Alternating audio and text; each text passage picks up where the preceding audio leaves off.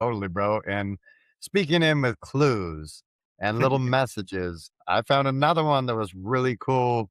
Sad, but very cool how it came about. So, Jacques de Molay, when they crucified him and burned him and murdered him and tortured him for 7 years.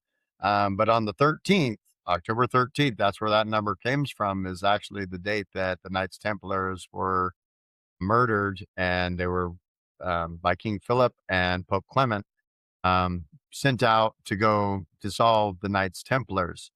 And all the like facts and stuff lead back to that King Philip owed them, the Knights Templars, so much money that he had no other way out of it but to try to disband them.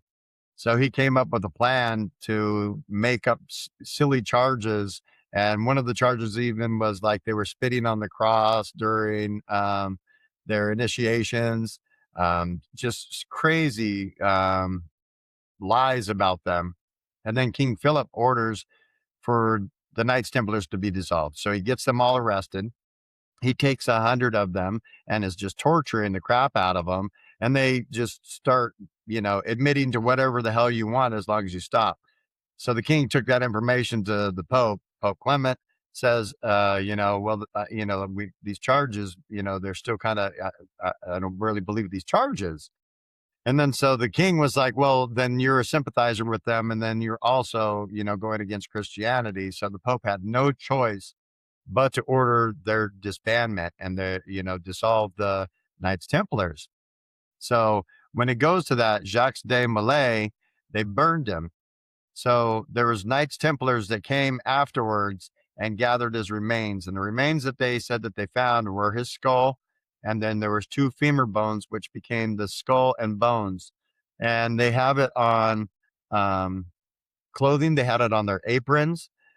This skull and bones is actually on their grave sites. You can look it up, but we'll throw some pictures on here too of that because I found quite a few of them. And I found it on the Knights Templars clothing. And then it goes to when the big point I wanted to go into with the skull and bones was that when the ships left, so the king ordered all of them to be arrested, and he had this all go simultaneously in the night. They were pulled out of their beds and arrested. Well, the Knights Templars already had a key on and were already up a step ahead of them always. So that's why, how smart were these men? So at the time, King had them go to the Knights Templars' main places and try to get their wealth, get their gold, and the gold was already gone. And at the same time, they're hitting different churches where they said the gold was,